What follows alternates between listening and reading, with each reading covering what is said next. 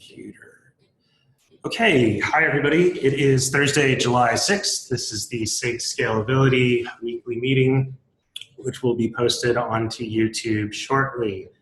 This is a publicly recorded meeting and we have publicly available meeting notes. I didn't see anything on the agenda today, so I added pluggable event storage based on the fact that there was a mailing list thread about it, and that's the thing I think we should dedicate most of our time to. However, I just wanted to survey the crowd here. If there's anything specifically we as a SIG would like raised during the 1.7 retrospective that is being held tomorrow, and to float that maybe we as a SIG would like to start talking about our roadmap for Kubernetes 1.8. I don't think today is the day to walk through that list, but I think perhaps next week it'd be really cool if we could have a document or something, put together some issues, throw them in the 1.8 milestone, that sort of thing, so that at some point during a community meeting we could say, hey gang, here's what we're planning on working on. Is there anything I am missing from the agenda?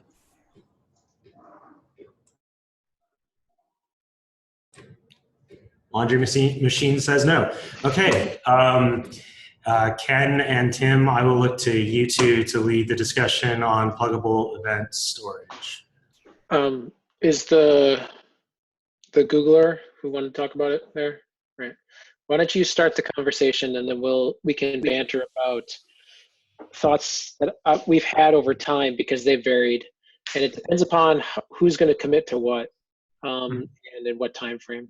So why don't you go ahead and outline some of your thoughts there. Okay, so I came across the design some time ago, and I'm not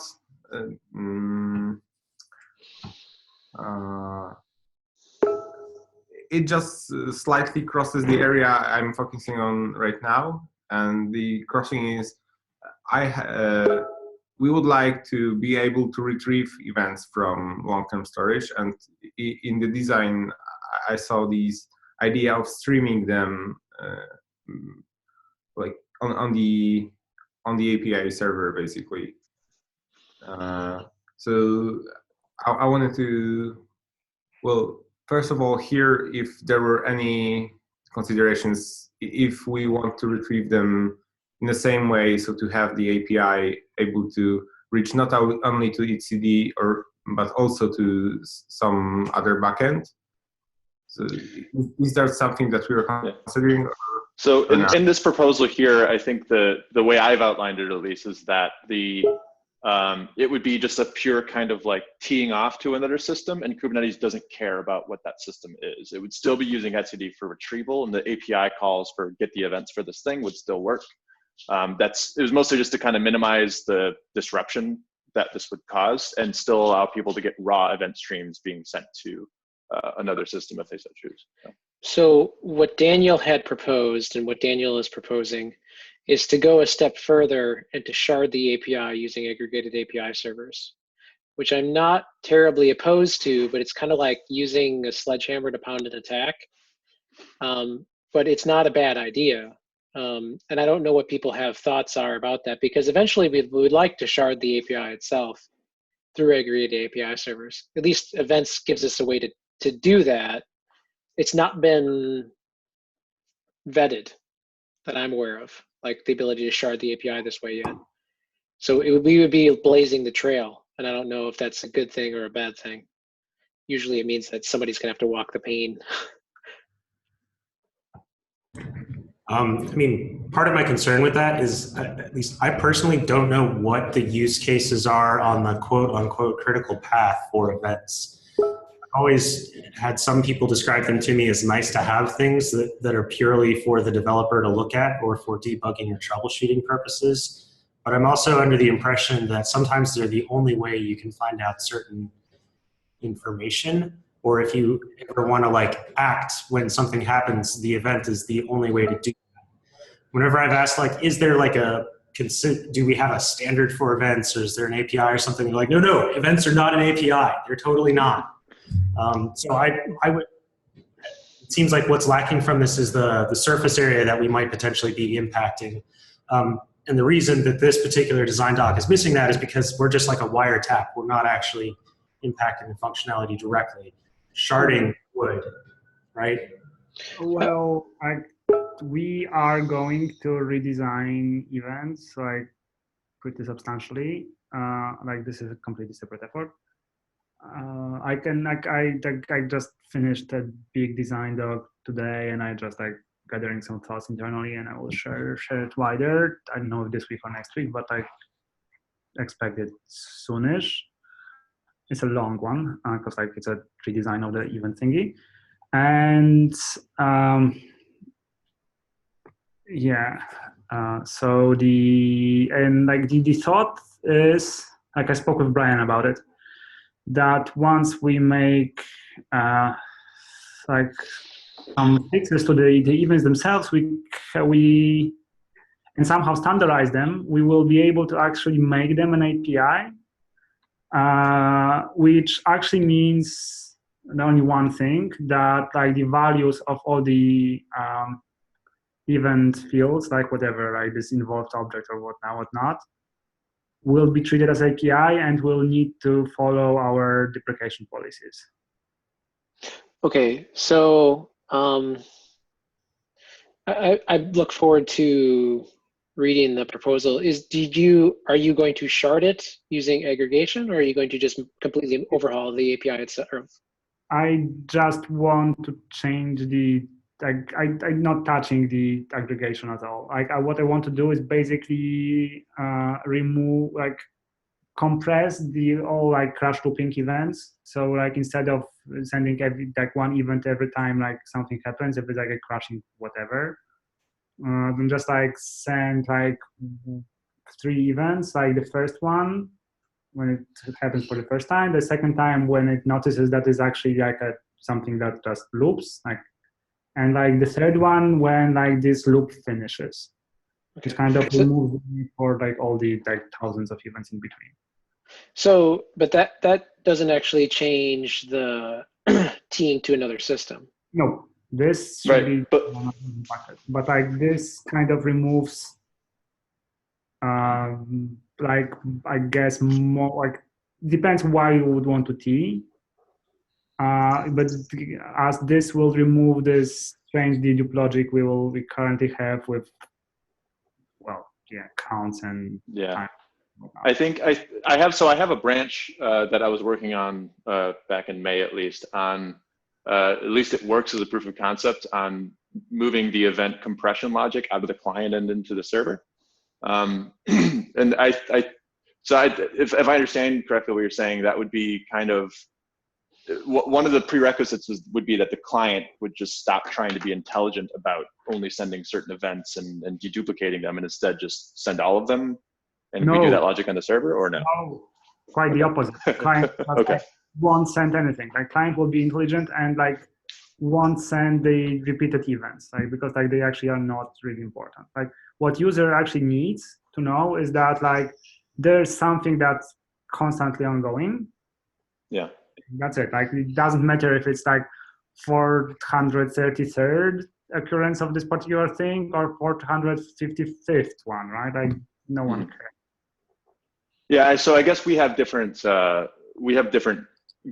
goals in mind here, because my goal would be the reason that why I wrote this proposal was more that if we want to have an external system that can do something intelligent with these events, instead of having the client say, well, this seems like spam, so I'm not going to send it. Instead of just send everything, and then the server can choose to ignore things, and then you can send it to another system that might be doing more intelligence than what we put into the client, because you don't want to lose that information going across. Okay, well, server can't handle those. That's the reality. Even not only at CD itself, but we saw scale tests that server starts to respond with 429s pretty much for everything because of events. And this is just unsustainable. Okay. Yeah. So these are the kinds of things that I haven't worked enough with in person to have seen. So yeah, I totally buy it though. Teeing on the other hand makes a lot of sense, because then you can actually because events in the etcd just the TTL of 1 hour or something. And with the T we can actually send it out to some like persistent storage, so they will be able, like they will be available like for a longer time. Yeah, so that's kind of there's two parts then, it seems, like two separate problems, both related to events. Right. And the question, what's your name? Next to Merrick? Daniel? Daniel? So the question that Daniel was raising was separate storage, and the question that Merrick was raising, or topic that Merrick was raising, was the extra spamming, right? And I think they do need to be treated separately, but there needs to be like a comprehensive view of how events are handled from soup to nuts, right? So I don't have an answer for the comprehensive view and time frame for that, although everyone knows it sucks. I think we can do incremental pieces if Google's going to commit to the spam cleanup and long-term timing. You know, if you're going to modify it to be like a supportable API, then we need to review that to make sure that it meets the needs of traceability, right? Yep, because we can't do tracing, right? Yes, like we can, I believe we can commit to like figure out the spam thingy. Like, as I said, I will send the design next week, and like of course it can take arbitrarily long to get it through, right? But like if it will get through like fast enough for it to be implemented in Monet, then we will do it. And afterwards, like we will just need to like audit and just go over all the events of the system and just like clean it up. And with that, we will need help from pretty much everyone from every single component that we run. Yep, we've started digging into some of those pieces, but some of them have met resistance. So the resistance was about spamming. So I think if we had a solution to spamming, it would ease the concern, because much of the additions and the modifications to events were just to add more granularity and visibility into, well, I say more visibility, not granularity, into what was actually going on, right? Because we have events that are just absolutely useless, that spam the hell out of the system. So. Yes. Yep. Yeah, Kubelet generates something like 7 or 8 events just launching a pod. Like every time a container restarts, it's just ridiculous. Yeah, like all of them are kind of important if you want to track what's going on, which is sad, but yes. And actually even more, because like I think it emits two events per container, plus 1 or 2 events per volume, plus whatever. Probably init containers for the separate. So this kind of maybe another orthogonal concern, I don't know. Back to events as API. Right now, events are not considered part of the conformance of a Kubernetes cluster, right? So, depends what you mean by that. Like there are 2 levels of what do you mean treated by as an API. One is events are an API object and they are treated as an API object. So like we can't just get rid of events and just like whatever. Which specific events happen in response to which things at which time are not part of the conformance tests that define whether or not a Kubernetes cluster is a Kubernetes. So it is possible so I bumped into this a while ago in the implementation of a third-party scheduler. Can you still have that third-party scheduler be considered a conformant scheduler if it doesn't fire the exact same sequence of events that the scheduler itself fires? Yes. Can I implement an alternative kubelet if it doesn't fire off that sequence of 7 or 8 events, right? That sort of stuff is not covered at all by tests. And if we start having behaviors that depend on events, we probably ought to, again, I kind of go back to, it'd be great to see some of the use cases where events are necessary, like you were just spelling out. Well, if we want to be able to trace the system in a sense using events. Right, that kind of goes back to, well, it makes it easier to debug, but I'd like to understand which are the specific event flows that have to be there, right? Like the same that we use currently, which means like It's like starting a pod and then create like scheduling it and whatnot. Yeah, my thing is like, I'm not sure if those are documented anywhere, and I'm not sure if that sequence is verified anywhere, right? So it's whatever happens to be in the system itself is the specification, seems a little loosey-goosey to me. That's true. But like now events are like not particularly useful. The system is super loosey-goosey, so underspecified and implicit that it's hard for me to even put words around it that aren't colorful metaphors. It seems like people use them as glorified like debug logging sometimes. They just like printf statements. They just like, let me just put an event here and an event here. Ideally, they would show pod lifecycle changes if we had an actual state machine, and they would be the transition pieces on that state machine, right? Because that way you'd see the entire state transition as it hops around the system, because we can't do that with anything else, right? Events are the only mechanism by which we can use to do this. We can't use tracing, doesn't work. And the other thing, like, I totally understand this is a tough problem, but this seems like the same repetition of we're doing all of our rate limiting client side and none of it's being implemented as backpressure at the server level, which means we have to trust that every client is a good actor. There is backpressure, but yes. Backpressure is basically like, I give up. 429, right? Operate tunable backpressure, I guess I should say. Predictable, tunable backpressure.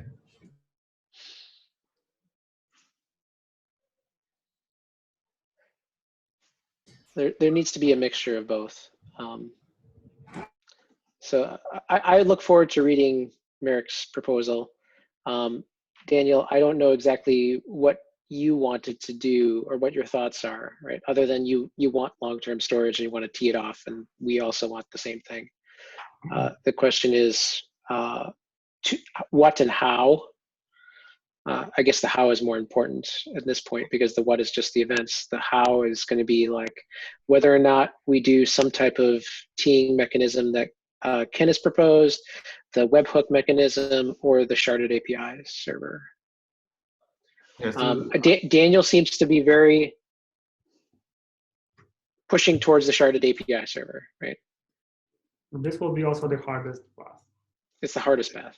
Because like no one walked it yet. Yeah. nobody, I think long term it provides certain flexibilities. API group. But it's a different thing. Okay. Like the kube aggregator is a new thing that appeared in 1.7. Like no one knows if it works. Well, Red Hat's tested it because they need it, right? Yeah. That's good. So, did you see that Clayton can review all the code that would be written around it? I think as David Eads would be the reviewer, actually. So I don't know, Daniel, did you have thoughts there? Are you proposing? Obviously, the idea of teeing it to Kafka Q is the most common thing, right? So are you planning on executing on this in the 1.8 cycle to tinker with the sharded API server? So we would like, we'll start some prototyping, but not something that will be released. And if this turns out to be, well, we don't know yet whether it's feasible or not to just events, like what amount of events does it make sense to fetch from long-term storage, stuff like that. So for now we are doing some prototype, and I just wanted to well, keep track of what's happening around events, because if everything is changing, then this quickly may become obsolete. Whatever prototype. In terms of timelines, some scoping stuff or something to maybe help us scope, like what I would like to see is a concrete action item out of this is what we are willing to do in 1.8 and what the roadmap is for the rest of 2017 to accomplish this if we're dedicated to it. Key dates to keep in mind for 1.8 are by August 1st, we should have a feature in That describes what we want done for 1.8. By September 1st, code freeze happens. At least that's what the proposal is right now. So that's basically like a month to decide if we want anything committed for 1.8, and then another month to actually really do it. So all I can commit to for for events is basically review of proposals and potentially modification, helping to create a proposal. That's all I can commit to, because I've got too much other stuff on my plate on the Kubernetes side of the world. So. And what about CAN and this T mechanism? I mean, so it seems like these are conflicting ideas that you and I have, that because mine would be more to just have the kubelet send, or what the client is, send everything and let the server deal with it, and yours seems to be going to put more intelligence in the client. So I don't think we should both be pursuing these at the same time, right? Like separate, like completely separate like use cases, right? One is like protecting API server and etcd and whatnot, and second is putting events into long-term storage, right? Like it's not conflicting at all. I'm interpreting it as Merrick's changing the content and you're proposing a mechanism for where to shovel the content to. Well, I guess the reason why I'm feeling discomfort here is that I don't think that it should be lossy, right? If we're going to be teeing it off to another system, it might be that system doesn't want the client to second guess which events this system might want or might not want. Right. Well, the thing is we're changing semantics, so it won't be lossy. There won't be any duplication per se. Like this will be all the events that system generates. It just won't be every single iteration, because like it makes no sense whatsoever. It just won't be stupid.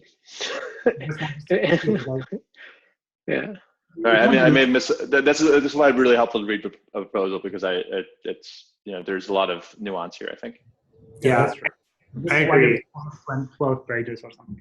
Sometimes I don't have a concrete example, right? But sometimes you might be able to derive useful information from the frequency of events, not just the count of events. Yes, that's right. Basically what I'm trying to get at too. Just a count might not be enough. The reason, like the sad reality is that we just can't have the frequency. This is just like infeasible. It won't happen. Even if they don't go to etcd and the raw. Even if they just like hitting API server, like it's not. Even if they're not hitting the API server. If they are not hitting API server, I'm fine. But like. Then, yeah, but we like, can't do that, because then you need to pass the client certs and all the crap and ACLs and endpoints to every single node, and no one's going to allow that. So at least not today.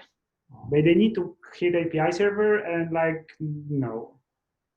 I guess the one way you could do it is if you did a feature gate, but that's like I'm pretty much like throwing bombs around. They need to be a feature gate around it, because like some people may actually currently depend on how events look like right now. So like it needs to be able to disable it at least for the time being. But so like, why don't we invest into the current events anymore? Why don't we just table the discussion, I think, and take it to the proposal at this point, and then I don't know, Daniel, if you wanted to chime back in about your prototype, if you had like where would it live? What's it doing? Is there an issue for it? It's a topic of discussion. I don't think there is.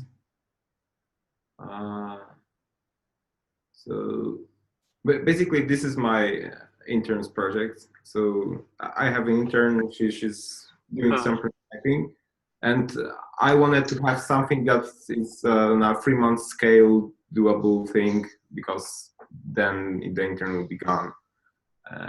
So that's why I'm just prototyping. I'm not proposing anything long-term, because here I see at least two things happening in the same area that will affect the long-term landscape. Well, I think if an intern, not to throw them in the fire, but I think if an intern wanted to do the hard path of aggregated API server testing, that's a beneficial thing to the community in the long haul, to shard the API.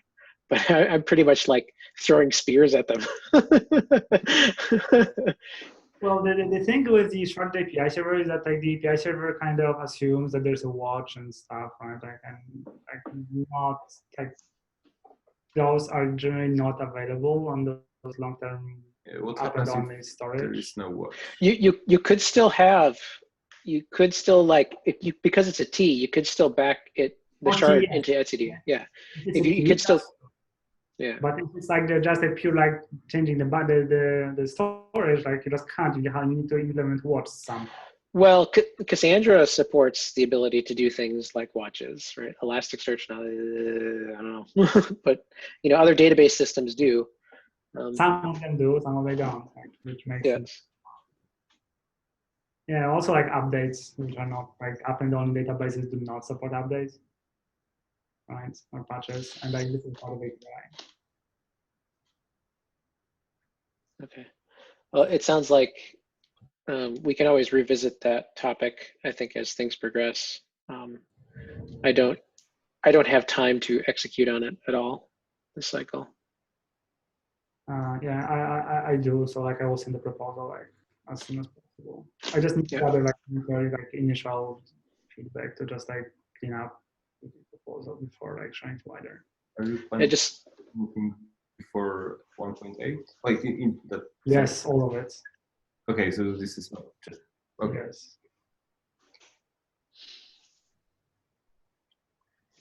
Okay, yeah, and I guess that's kind of like end of our time, right? Pretty much. I was gonna just of interest to you, Merrick. I don't know if anybody here is planning on participating in the 1.7 retrospective on Friday, but one thing I plan on bringing up is the fact that the scalability tests had basically no attention until right before we were cutting the release. And you had to go scrambling for the subnet change, and we never actually got to run a full scale 5,000 node cluster. We were back we did. Nodes. After the release was cut, was my understanding. No. We ran like the first patch like on Monday or Tuesday on the week of the release. So like before the. Okay. It seemed to me like it happened sort of last minute, that in the past we've had scalability signal a little bit sooner before the release was cut. Well, the thing is that it was like pretty like it's not that a lot of changed in terms of process.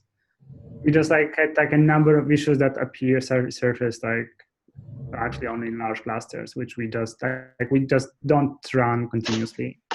5,000 node clusters and 2,000 node clusters were fine. Like, and like of course like subnets or whatever, or like the even like the nodes third thingy just got merged just before the release, and like, well, yeah. Perhaps that would be worth raising, right? Like, yeah. left hand know what right hand was doing there.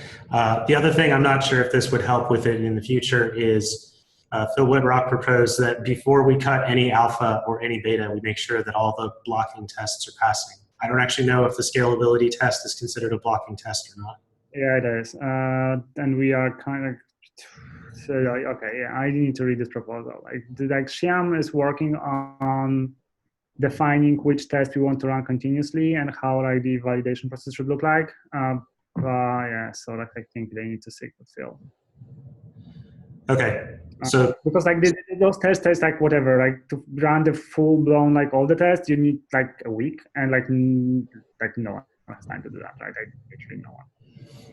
Then it doesn't sound like that's a test worth paying attention to for go no go signal, right? It's a not a. Well, if you want scalability test, like it just takes time. Like you have 5,000 nodes, like it will just take time. The scale just like has this property. Okay. That's all. Yeah, we're out of time. Thanks all for showing up. I would propose we kind of come back to the table next week, a little more focused on what we want to commit to for 1.8. So we've got some time to actually put that together before the next date is upon us. Happy Thursday, everybody. Okay.